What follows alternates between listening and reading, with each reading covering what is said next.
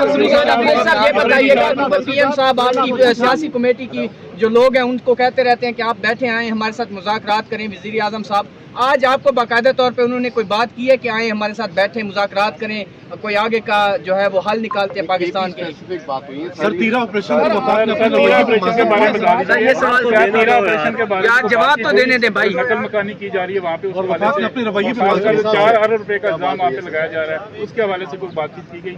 देखें 4000 अरब नहीं, हम तो 4 अरब रुपए नहीं, हम तो 5300 अरब रुपए जो IMF का रिपोर्टेड हैं उसका इल्ज़ाम नहीं लगाते हैं। वो चार्जशीट है इनके खिलाफ जो 4 अरब की बातें करते हैं, और ये सारी जो है सियासी बयानबाजियाँ हैं जो 4 अरब रुपए हैं।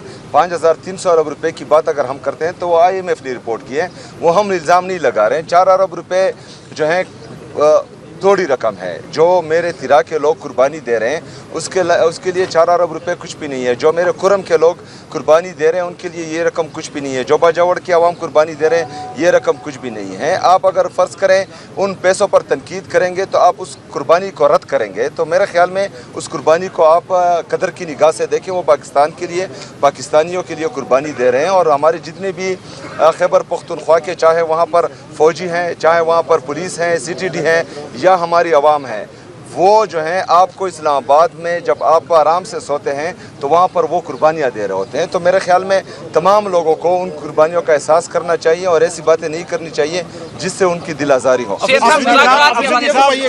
कि बानी के हवाले की मुलाकात के हवाले से आपकी कैटेगरी कोई बात नहीं हुई? नहीं जी, कोई बात कल मंगल है तो मुलाकात के लिए दोबारा जाएंगे डियाला? नहीं, कल तो वकला और फैमिली का दिन है, रफ़का का दिन नहीं है, तो मैं नहीं जाऊँगा।